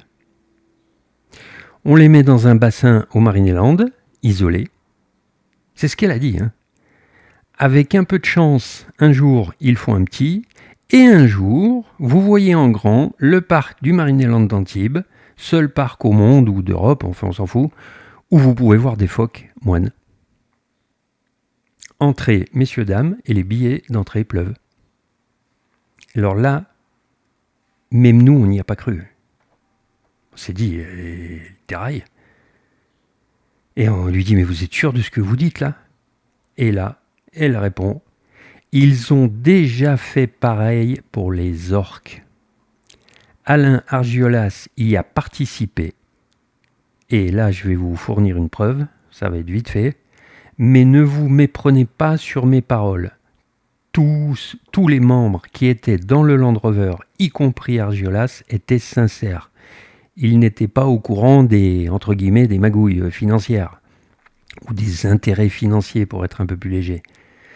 Elle nous dit, eux, ils étaient jeunes et enthousiastes, ils voulaient vraiment protéger les phoques. Alors mon père lui dit, madame, il nous faut une preuve. Et elle a répondu, vous ne l'aurez jamais. Donc je lui dis, je me souviens que mon frère était étonné du coût exorbitant, l'avion militaire Transalp, le bassin fait sur mesure pour l'avion, etc.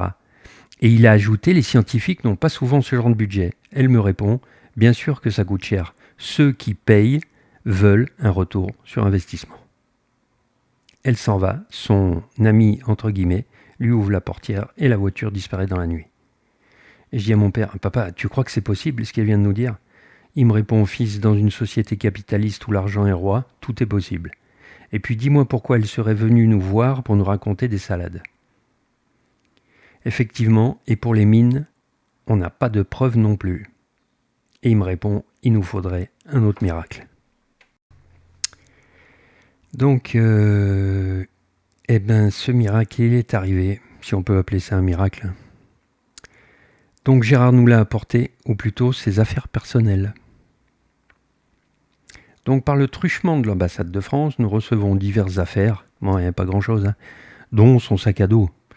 Et donc je m'accroupis devant, le cœur serré. Et je m'en souviens comme c'était hier.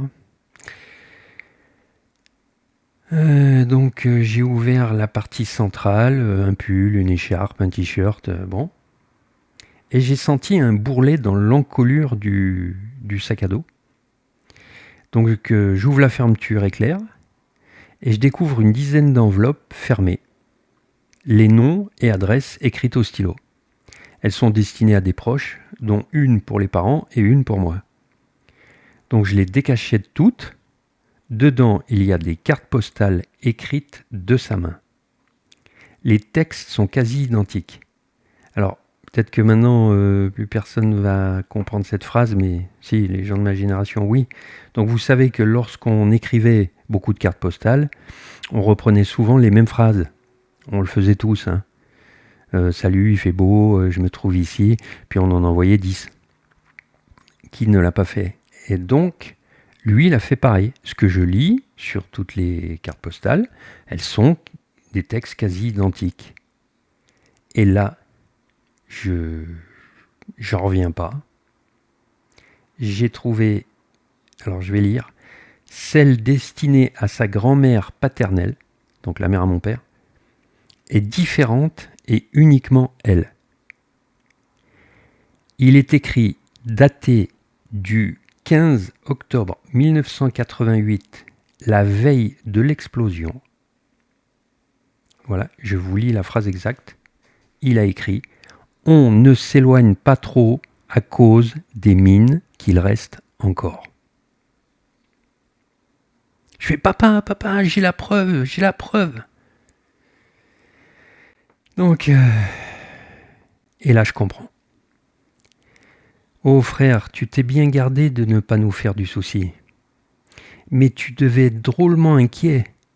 C'est de l'inquiétude que j'ai perçue dans ton regard à la gare Cornavin, là, quand je vous ai expliqué que j'ai eu une onde. En fait, elle s'est transmise dans mon être, dans mon corps, pas par l'intellect. Quand j'ai fait demi-tour, mes jambes se sont stoppées. Maintenant, je comprends. Tout mon être était en alerte rouge. Donc, en fait, j'ai saisi, parce que lui, maintenant que j'avais la preuve qu'il savait que c'était dangereux, quoi. Et ben moi, je sais pas, appelons ça comme on veut, hein, l'instinct fraternel, ou je sais pas, c'est ça que j'ai ressenti. C'est une alerte rouge, comme je dis, quoi. Qui a mal fini d'ailleurs. Donc là, j'écris sois béni, frère, pour les siècles et les siècles. Alors là, à partir de là, quand mon père il a vu ça, je veux pas utiliser ce terme à la noix, il est devenu fou, non. Mais alors là, il a mis le paquet. Donc mon père sort la grosse artillerie, il lui faut des personnalités en soutien. Comme il dit, c'est le pot de terre contre le pot de fer. Donc, qu'est-ce qu'il a fait? Alors, ça a pris un temps fou. Hein. Il est entré en contact avec Cousteau, qui était vivant à cette époque-là, Brigitte Bardot, Jean Ziegler, pour ceux qui le connaissent, c'est un Suisse, le prince Sadruddin Aga Khan, et des dizaines d'autres personnalités dont je ne me souviens plus le nom. Alors, à partir de là, quand il commençait à avoir du soutien rien que par leur nom, et voilà, la partie adverse, si je peux l'appeler comme ça, donc les commanditaires, la partie adverse sent que ça remue.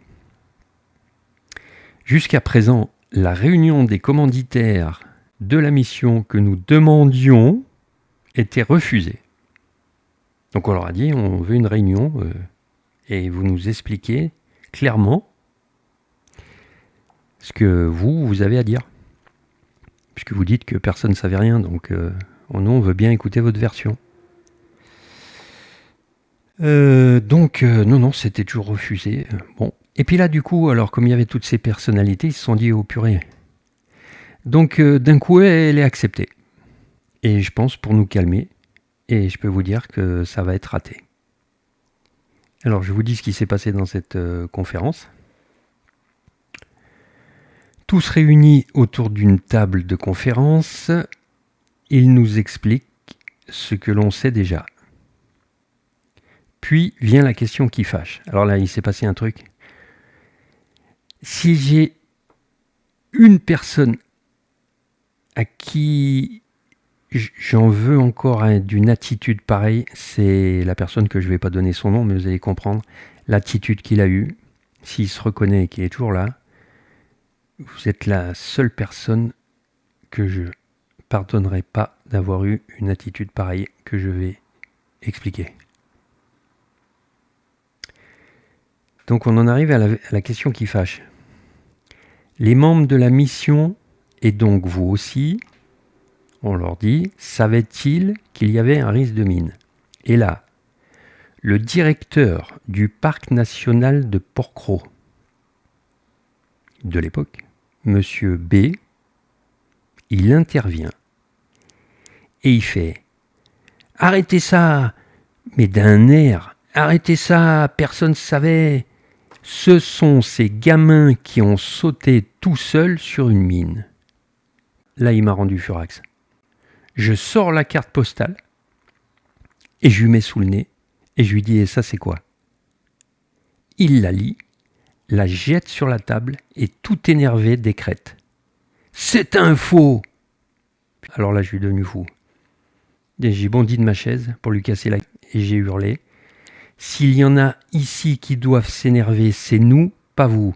Espèce de con, tu traites les membres de la mission de gamins et cette carte postale écrite du sang de mon frère, tu dis que c'est un faux. On voit que ce n'est pas toi qui avais le cul dans cette bagnole. Il tombe sur sa chaise sans un mot et j'en fais de même. Donc après cette réunion, quand il y a des attitudes pareilles, vous voyez, ce monsieur-là, cette attitude, faut pas être psychologue pour comprendre ce qu'il a dans son esprit. Ouais, c'est ces gamins, ça c'est un faux. C'est vis-à-vis d'un drame comme ça, une personnalité pareille ne peut pas se permettre, devant plein de témoins d'ailleurs, ne peut pas se permettre un agissement comme ça. On voit bien que la mentalité, elle est zéro. Enfin bref. Suite à ça, donc la situation, elle est bloquée. Mon père, il se démène de tous les côtés. Ils veulent pas admettre. Personne, hein, pas seulement ce cher monsieur. Pourquoi ? Il y a trop de ramifications. L'État français, le Gisposidonie, le Marineland, le Parc national de Port-Cros, etc. Mon père, il a beau se démener comme un diable, il n'y a rien de concret qui émerge. Il a même essayé de faire enfin il l'a fait, hein, une conférence où il y a le central de l'ONU à Genève, là, à l'hôtel archi connu, j'ai oublié son nom là. Bon bref, il a fait une conférence de presse. Ça n'a pas été. Alors, il y a un dernier épisode qui va nous achever physiquement et moralement. Un jour, mon père, il use le parquet, il tourne, et puis il s'arrête. Peut-être que il aurait mieux valu que cette question ne lui vienne pas à l'esprit.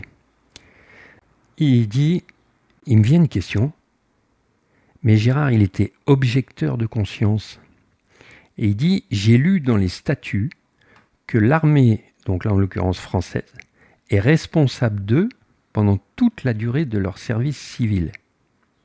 Et qu'il est strictement interdit de faire prendre un risque de guerre, dans une partie du monde, à un objecteur de conscience. Et il rajoute, nous, on ne savait pas que cette zone était en guerre, mais l'armée, elle devait forcément le savoir. J'y fais, ouais, et alors ? Il me dit, l'armée a forcément dû signer une autorisation de sortie du territoire pour Gérard. Comment sinon ils peuvent être sûrs qu'un objecteur de conscience ne va pas dans un pays en guerre, puisque l'armée est responsable d'eux ? Donc il se démène à nouveau, il fait 10 téléphones, et la réponse tombe. Il y a bien une autorisation de sortie, mais il ne la trouve plus. Il les menace de contacter la presse, et hop, il la retrouve. Elle est arrivée par fax. On s'est penché les trois pour la lire, et voilà ce qui était marqué. La demande était bien adressée à l'armée dans les règles de l'art. Et elle est signée de... Comment je vais dire ça ? Je vais l'épargner. Ouais. Et non, je peux pas. La demande est signée de son... Et c'est marqué pour la Mauritanie. Donc mon père, là, il a perdu le pédale. Ce salopard, il n'a pas pu se tromper, c'était pour le Sahara occidental, il le savait très bien. La côte des Phoques entière n'est pas en Mauritanie. Et s'il avait demandé Sahara occidental, l'armée aurait été obligée de dire non et mon fils serait vivant. Il a sciemment biaisé la réalité. Il prend sa veste et sort en trombe de la maison. Ma mère s'affole. Alain, arrête-le, il va le faire, arrête-le, je t'en supplie. Je cours, le rattrape, le serre dans les bras, ses cris de douleur résonnent en moi encore aujourd'hui. C'est fini, ils l'ont eu, il ne sera jamais plus le même. Ce père qui nous a emmenés avec fougue autour du monde, qui s'est battu pour la mort de son fils est épuisé. Il vivra encore de nombreuses années, mais un rouage a cassé. Il sera l'ombre de lui-même. La fougue a disparu. Merci, Père, de t'être battu avec tant de vaillance. Alors, une synthèse de tout ce que je viens de dire là. L'essentiel, on va dire. C'est clair, oui, et le Marineland aurait bien voulu avoir, si possible, un couple de phoques pour faire de l'argent. Bon. Après, moi, j'ai pas les détails de qui allait toucher quoi et tout, et puis je veux pas savoir. Mais en gros, c'est ça. Et il y a des gens qui étaient sincères, qui étaient scientifiques, qui essayaient de les sauver, comme Didier Marchesso, et ceux qui étaient à bord, et puis d'autres personnes hein, qui n'étaient pas forcément dans la Jeep. Hein. Mais il y a quand même eu une histoire de pognon dessous. Ça, c'est la première chose. Deuxième chose, des gens savaient pertinemment que c'était dangereux. Je l'ai dit, une mission par mer était tellement coûteuse, parce que pourquoi ils ont hésité à faire une mission par mer hein. Vous avez bien compris, hein. C'était uniquement pour les risques de mine. Hein. Donc quand ils disent non, non, mais nous on savait rien, hein, c'est un peu léger. Voilà, ça c'est le deuxième point. Et le troisième, c'est que donc le troisième, le ministre, pourquoi il a réagi comme ça en fait, la France, alors là, c'est de la géopolitique pure, hein, mais c'est pas très compliqué à comprendre finalement. C'est que avec tous ces belligérants sur ce territoire, alors pourquoi ils se battent tous pour avoir le Sahara occidental? Là, j'aimerais quand même souligner ça parce que c'est d'actualité. Parce que c'est un désert, on pourrait se dire, ben c'est bon, ça fait 40, 50 ans que ça dure là. Putain, pour un bout de désert, puis il n'y a rien. Pourquoi ils se battent? Eh ben, c'est faux. Il y a des ressources minières. Oui, oui, oui. Donc, en fait, alors, il y a l'Atlantique devant, il y a beaucoup de poissons, etc., etc. Il y a des richesses. Il y a des mines de phosphate qui sont, elles, exploitées. C'est une des zones au monde, vous pouvez vous renseigner, hein, vous verrez que ce que je vous dis est totalement vrai. Vous pouvez trouver les informations, et celles, elles sont d'actualité, elles n'ont pas 40 ans en arrière. C'est une des zones au monde les plus propices, bon, voire la plus propice, pour, d'après les géologues, pour créer de l'hydrogène, ce qu'on appelle de l'hydrogène vert. Donc ceux qui ont entendu parler de cette énergie entre guillemets du futur, l'hydrogène c'est bien, mais il faut absolument la produire avec des énergies renouvelables, dont par exemple des éoliennes. Et ce territoire est très vanté. Et donc il n'y a rien en ce moment hein, en surface, d'accord. Et donc les géologues pensent que c'est le meilleur coin du monde pour créer de l'énergie hydrogène avec source éolienne. Le Maroc le sait très très bien. Et bon, je comprends, hein, j'ai pas de souci avec ça. Hein. Mais tout ça pour vous dire qu'ils se battent pas juste pour histoire de. Hein. Voilà. Donc les problèmes diplomatiques entre les uns et les autres, eh bien encore maintenant, par exemple.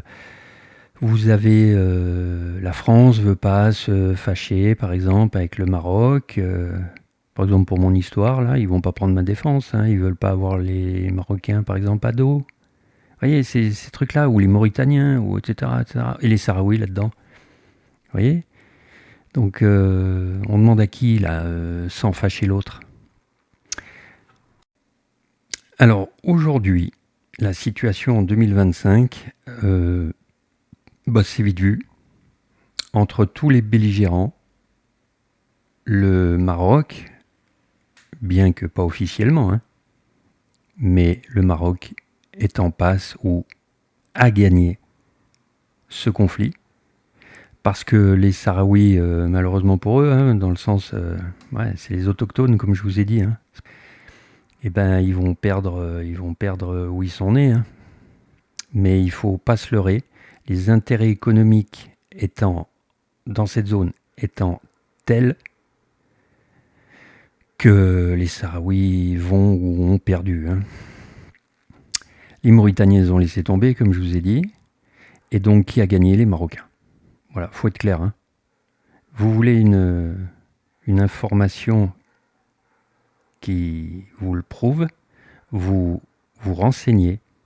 Le Maroc est en train, il a presque fini, hein, est en train de construire le plus grand port de la façade atlantique de l'Afrique de l'Ouest.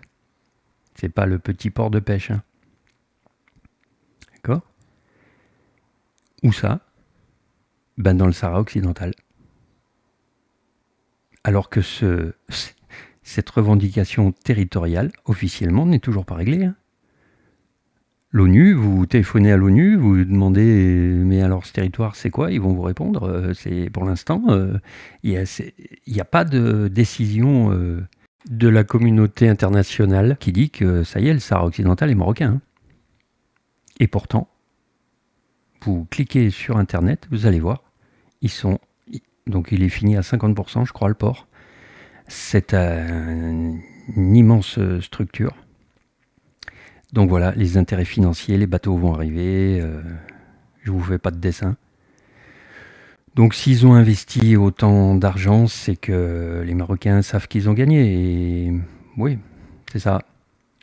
Alors bon, pour pas brusquer, de nouveau, c'est de la géopolitique, pour pas brusquer trop vite les autres, ils y vont mollo, mais c'est eux qui ont gagné. Mais moi, je suis toujours coincé. Parce que c'est pas parce qu'ils viennent de construire ce port-là que je peux y aller. Hein. C'est pas devenu un territoire marocain pour l'instant. Hein. Voilà, plus l'hydrogène vert, là, comme je vous ai dit. Donc cette zone, dans le futur, va devenir une zone très importante de l'Afrique de l'Ouest.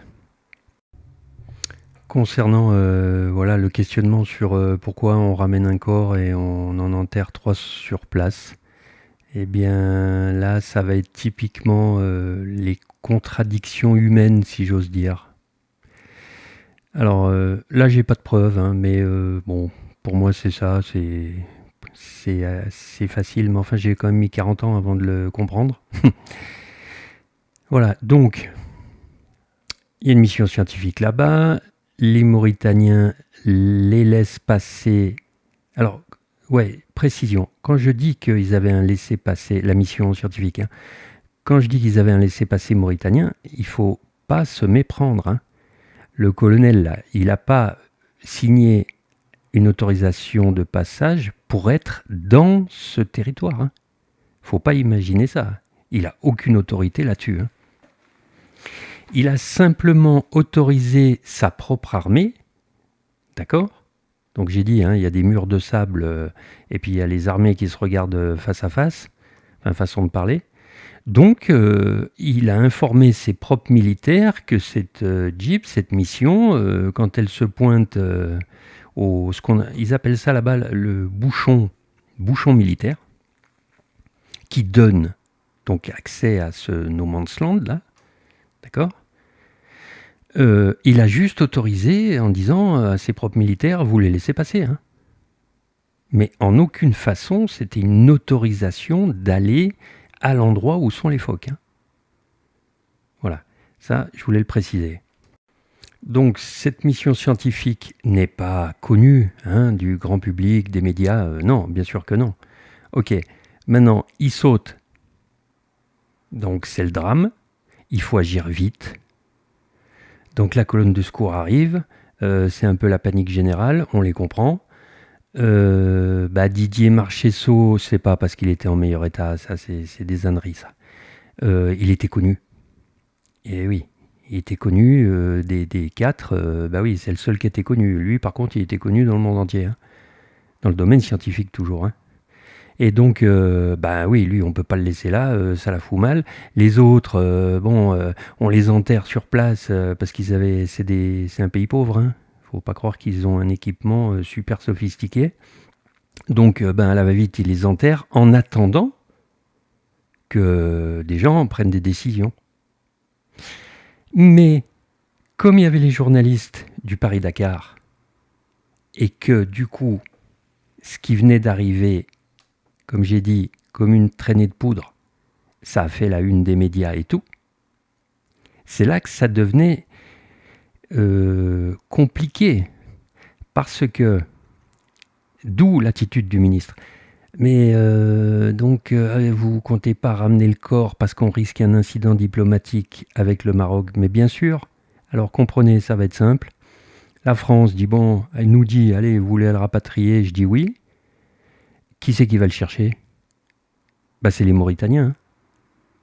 Parce que c'est à 20 km de Nouadhibou. Et là, le Maroc se fâche parce qu'il va dire, mais de quel droit vous Vous demandez aux Mauritaniens, mais vous ne demandez pas aux Marocains. Puisque moi, je revendique, donc le Maroc revendique que c'est mon territoire. Les Mauritaniens disent non, c'est mon territoire. Les Sahraouis disent non, c'est mon territoire. Donc, vous demandez à un des trois, ou la France, un pays, hein, c'est pour ça que le ministre, lui, réfléchissait à rapport au pays, pas au petit Vunier. Hein. Je demande à un pays, l'autre se fâche. Eh oui, la vanité humaine, ou pour pas dire la connerie humaine, mais en fait c'est ça qui s'est passé. Et comme du coup, c'était dans le journal Le Monde, à TF1 et tout, la France s'est dit merde, on est un peu mal barré. Voilà, c'est aussi simple que ça en fait, hein, là-dessus. Et donc quand nous, on a demandé donc d'y aller, hein, là c'est pas pour rapatrier le corps, mais c'est juste pour y aller, ben regardez, c'est le même principe. Mais donc on demande à qui? Aux Mauritaniens, vous nous donnez l'autorisation d'y aller. Hein. Bon, c'est un peu ce qui s'est passé avec le colonel, mais pareil, ça peut fâcher les autres belligérants, ça se comprend.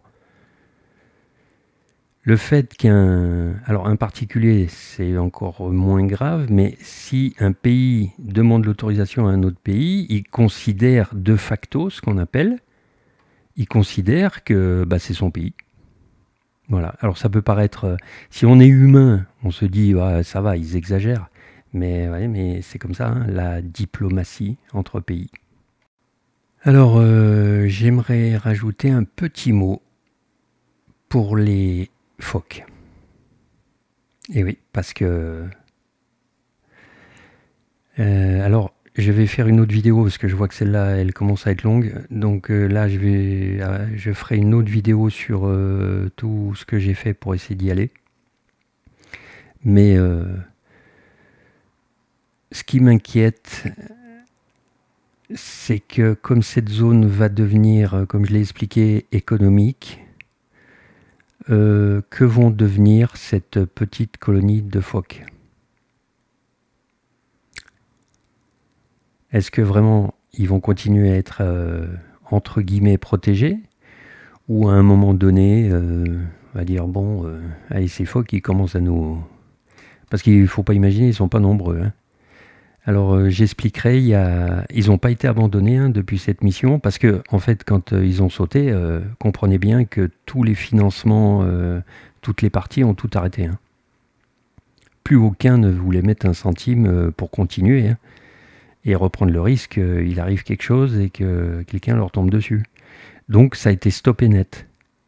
Mais quelques années après, les Espagnols ont repris le flambeau. Et donc en 2025, je les expliquerai dans l'autre vidéo, mais eh ben, eux, ils ont repris le flambeau. Hein. Donc ils s'occupent des phoques dans cette zone. Mais voilà, je me fais du souci pour ces phoques quand même. J'espère qu'aujourd'hui, avec les réseaux sociaux, qu'une information maintenant peut aller à l'autre bout de la Terre d'une façon très très rapide, j'espère que ça les protégera d'un anéantissement pour raisons économiques. Et pour finir, je vais lire le poème qu'a fait mon père pour son fils. J'arrive. Dans tombe saharienne, tout au bout du désert, tu dors un peu trop tôt, à 2 pas de la mer. Dans des milliers d'années, son eau aura rongé, par sa houle incessante, là où tu es couché. Alors ton corps miné pourra aller, enfin, se jeter dans la mer, retrouver les dauphins. Et toi, petit plongeur, en homme courageux, accompagné des phoques, tu vivras le grand bleu. Mon amour, mon enfant, oui, j'en fais un oracle, que ta mort nous protège sur planète miracle, que Neptune ton dieu te berce en ses courants, et te laisse, songeur, nager cosmiquement. Dans tombe saharienne, tout au bout du désert, tu dors un peu trop tôt, à 2 pas de la mer. J'arrive. Ton père, alias Pierre Gérard.